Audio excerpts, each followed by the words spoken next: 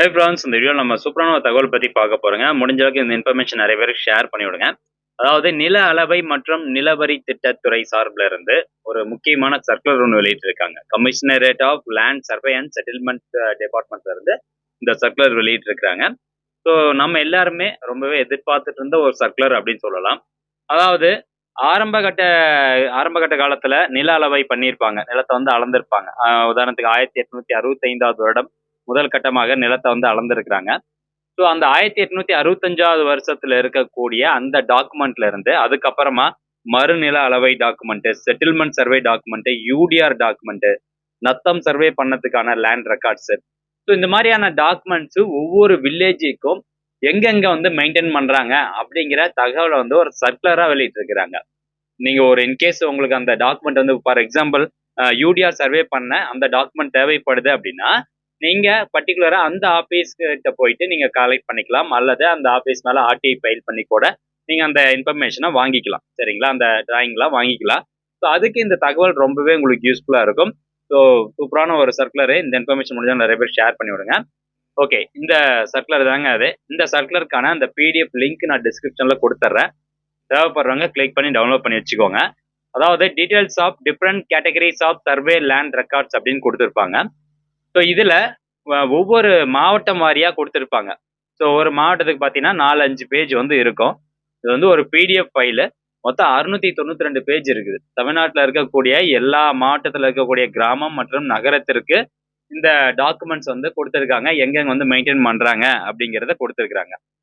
இப்போ நம்ம உதாரணத்துக்கு ஒரு மாவட்டம் எடுத்துக்கலாம். சேலம் மாவட்டத்தை நான் எடுத்துக்கிறேன். சரிங்களா? இப்போ இந்த பிடிஎஃப் ஃபைலில் நீங்கள் கண்ட்ரோல் F கொடுத்து சர்ச் பண்ண முடியல. பட் உங்களுடைய மாவட்டம் வந்து எந்த பேஜில் இருக்கோ அதை பொறுமையாக நீங்கள் கண்டுபிடிச்சி உங்களுடைய கிராமத்துக்கு நேராக வந்து ஒவ்வொரு டாக்குமெண்ட்டும் எந்தெந்த ஆஃபீஸில் மெயின்டைன் பண்ணுறாங்க அப்படிங்கிறத நீங்கள் பொறுமையாக தேடி கண்டுபிடிச்சிக்கோங்க. இன்கேஸ் வந்து இந்த பிடிஎஃப்ல ஈஸியாக வந்து சர்ச் பண்ணிக்கலாம் நம்ம கிராமத்து பேர் வச்சு அப்படின்னு அதுக்கு ஏதாவது ஒரு ஆப்ஷன் இருந்துச்சு அப்படின்னா கமெண்ட் செக்ஷனில் கமெண்ட் பண்ணுங்கள். மற்றவங்களுக்கும் அது யூஸ்ஃபுல்லாக இருக்கும். ஓகே, இப்போ இந்த சேலம் மாவட்டத்தில் ஃபர்ஸ்ட் கிராமத்தின் பெயர் வந்து கொடுத்துருக்குறாங்க. கீழே பார்த்தீங்கன்னா அப்படியே கிராமத்தினோட பெயர் வந்து இருக்குது. அப்படியே கீழே ஸ்க்ரோல் பண்ணோம்னா அப்படியே இருக்குது. தாலுகா வைஸ் வந்து கிராமத்தினோட பெயர் கொடுத்துருப்பாங்க. அடுத்து சேலம் மேற்கு. ஸோ இந்த தாலுகாவில் இருக்கக்கூடிய கிராமத்தினுடைய பெயர் வந்து கொடுத்துருக்குறாங்க. அடுத்தபடியாக சேலம் தெற்கு, தென் நெக்ஸ்ட் பார்த்தீங்கன்னா ஏற்காடு, இந்த மாதிரி வந்து கொடுத்துருக்குறாங்க. தாலுகா வைஸ் உங்களுக்கு டேட்டா கொடுத்துருப்பாங்க. இதில் எப்படி இருக்கும் அப்படிங்கிறத நான் சொல்லிடுறேன். ஃபர்ஸ்ட் கிராமத்தோட பெயர் இருக்குது. கொஞ்சம் ஜூம் பண்ணியே காமிக்கிறேன். ரைட்டுங்களா? கிராமத்துடைய பெயர், கிராமத்தின் வகை 3 கேட்டகரியா பிரிச்சிருக்காங்க. ரைத்து வாரி கிராமம், இனாம் ஒழிப்பு கிராமம், எஸ்டேட் ஒழிப்பு கிராமம், இந்த மாதிரி 3 வகையா இருக்குது. இப்போ உங்களுடைய கிராமம் வந்து எந்த வகையில இருந்திருக்கு அப்படிங்கிறத நீங்க தெரிஞ்சுக்கோங்க. உதாரணத்துக்கு கண்ணங்குறிச்சி அப்படிங்கிற இந்த கிராமம் பார்த்தீங்கன்னா ரைத்து வாரி கிராமம் கிடையாது, இனாம் ஒழிப்பு கிராமத்துல இருக்குது. ஆம் அப்படின்னு கொடுத்துருந்தாங்கன்னா அதுல இருக்கு அப்படின்னு அர்த்தம். அதுவே இந்த இடத்துல பாருங்க, கற்பகம் மற்றும் வேடப்பட்டி இந்த 2 கிராமம் பார்த்தீங்கன்னா ரைத்து வாரி கிராமத்தை சேர்ந்தது. இனாம் ஒழிப்பு கிராமம் கிடையாது, இல்லை அப்படின்றது. எஸ்டேட் ஒழிப்பு கிராமம் கிடையாது, இல்லை. ரைட். அடுத்தபடியா முதல் முறையா வந்து நிலத்தை அளந்தாங்க பார்த்தீங்களா? ஆரம்ப கட்ட நில அளவை செய்யப்பட்ட ஆண்டு 1865 நில அளந்திருக்கிறாங்க. அது தொடர்பான ஆவணங்கள் இந்த இடத்துல பாருங்க. ஆரம்ப நில அளவை முடிவுற்று அதன் தொடர்புடைய அசல் ஆவணங்கள் தற்போது உள்ள அலுவலகம். ஒரிஜினல் டாக்குமெண்ட்ஸ் வந்து எங்க இருக்கும் அப்படின்னு கேட்டீங்கன்னா ஆவண காப்பகம் MRO சென்னை, MRO ஆபீஸ்ல இருக்குது. ஆவண காப்பகம் சென்னையில வந்து இருக்குது. மற்றபடி பாத்தீங்கன்னா மத்திய நில அளவை அலுவலகத்துல கிடையாது. இந்த மாதிரி இல்லை போட்டிருந்தாங்கன்னா அங்க வந்து மெயின்டைன் பண்ணல. இந்த 1865 சர்வே பண்ணப்பட்ட லேண்ட் ரெக்கார்ட்ஸ் எல்லாமே எங்க இருக்குது? MRO ஆபீஸ்ல இருக்குது. ஆவண காப்பகம் சென்னையில இருக்குது. அடுத்தபடியா 2ஆம் கட்ட மறுநில அளவை, அதாவது மறுநில அளவை அப்படின்னு போட்டிருப்பாங்க. அது எப்ப, எந்த வருடம் பாருங்க, 1917 வந்து மறுநில அளவை பண்ணியிருக்கிறாங்க. ஸோ இந்த மறுநிலவைக்கான அசல் டாக்குமெண்ட், ஒரிஜினல் டாக்குமெண்ட் எங்க இருக்கு அப்படின்னு பாருங்க. உங்களுடைய கிராமத்துக்கு நீங்க எங்க இருக்கு அப்படின்னு பார்த்துக்கணும். ஸோ இப்போ உங்களுடைய கிராமம் வந்து இந்த இடத்துல கற்பகம் அப்படின்னா இதுக்கு வந்து பாத்தீங்கன்னா அந்த லேண்ட் ரெக்கார்டே வந்து கிடையாது. மறுநில அளவை பண்ணதுக்கான லேண்ட் ரெக்கார்டு எந்த ஆபீஸ்லயுமே கிடையாது. ஸோ நீங்க ஆர்டிஐ ஃபைல் பண்ணாலும் உங்களுக்கு லேண்ட் ரெக்கார்டு வராது. அதுவே இந்த வேடப்பட்டி கிராமம் இந்த கிராமத்துக்கு வந்து பாருங்க இருக்குது. எங்க இருக்குது? மாவட்ட ஆட்சியர் அலுவலகம், மாவட்ட ஆட்சியர் அலுவலகம் கலெக்டர் ஆபீஸ்ல வந்து இருக்குது.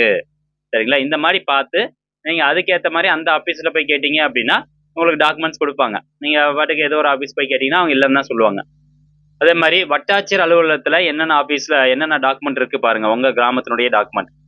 பதிவேடு இருக்குது, சிட்டா இருக்குது, அப்புறம் புலப்படம் எஃப்எம்பி இருக்குது. ஒரு சில கிராமங்களுக்கு சிட்டா வந்து இல்லை அப்படின்னு போட்டிருக்காங்க. ஸோ அந்த இல்லை அப்படின்னு இருந்தா அங்க டாக்குமெண்ட் இருக்காது அப்படின்னு அர்த்தம்.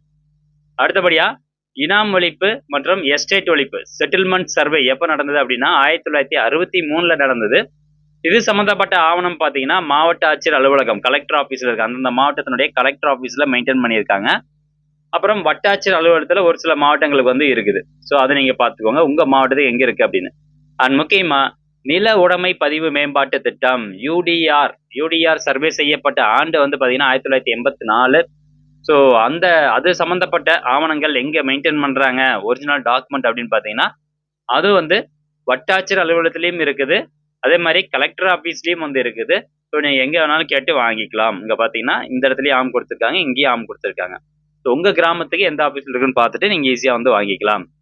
அப்புறம் அடுத்தபடியா நத்தம் நில அளவை செய்யப்பட்ட ஆண்டு 1988. இந்த சேலம் மாவட்டத்துல இந்த பர்டிகுலர் கிராமத்துக்கு எந்த வருடம் அப்படின்னு கொடுத்திருப்பாங்க. இப்ப ஒவ்வொரு அளவையும் பாத்தீங்கன்னா ஒரு 4 வருஷம் 5 வருஷம் தொடர்ந்து பண்ணியிருப்பாங்க. உங்க கிராமத்துக்கு 1989 கூட இருக்கலாம். அதனாலதான் சொல்றேன் உங்க கிராமத்தினுடைய பெயருக்கு நேரா இருக்கக்கூடிய டீடைல்ஸ் எல்லாமே செக் பண்ணிக்கோங்க. நத்தம் நில அளவைக்கு அதனுடைய சம்பந்தப்பட்ட ஆவணங்கள் மாவட்ட ஆட்சியர் அலுவலகத்துல இருக்குது, அதே மாதிரி வட்டாட்சியர் அலுவலகத்திலையும் இருக்குது. தென் நெக்ஸ்ட் பாருங்க, நகர நில அளவை செய்யப்பட்ட ஆண்டு. இது கிராமத்துக்கு கிடையாது, நகர நில அளவை. அது சம்பந்தமான ஒரிஜினல் டாக்குமெண்ட்ஸ். இப்போ வந்து இது நகர நில அளவை பார்த்தீங்கன்னா எல்லா கிராமத்திலையும் இருக்காது. ஸோ இல்லாத கிராமத்துக்கு வந்து இந்த இடத்துல கொடுத்துருக்காங்க, நகர நில அளவை பணி நடைபெறவில்லை அப்படின்னு இருக்கும். ஒரு சில கிராமங்களுக்கு இங்க பாத்தீங்கன்னா 1995 கொடுத்துருக்காங்க. ஸோ இந்த கிராமத்துல இருக்கக்கூடிய டீடைல்ஸ் எல்லாமே 1995ல சர்வே பண்ணியிருக்காங்க. அது சம்பந்தப்பட்ட ஆவணங்கள் வந்து எங்க இருக்கு அப்படின்னு பாருங்க, வட்டாட்சியர் அலுவலகத்துல வந்து மெயின்டைன் பண்ணியிருக்காங்க. ஸோ இந்த மாதிரி நீங்க செக் பண்ணி பார்த்துக்கலாம். ஸோ ஃப்ரெண்ட்ஸ், இந்த பிடிஎஃப் ஃபைலுக்கான லிங்க் டிஸ்கிரிப்ஷன்ல கொடுத்துறேன். இந்த தகவல் முடிஞ்சவங்க நிறைய பேருக்கு ஷேர் பண்ணுங்க. மீண்டும் அடுத்த ஒரு நல்ல பதில சந்திக்கலாம். நன்றி, வணக்கம்.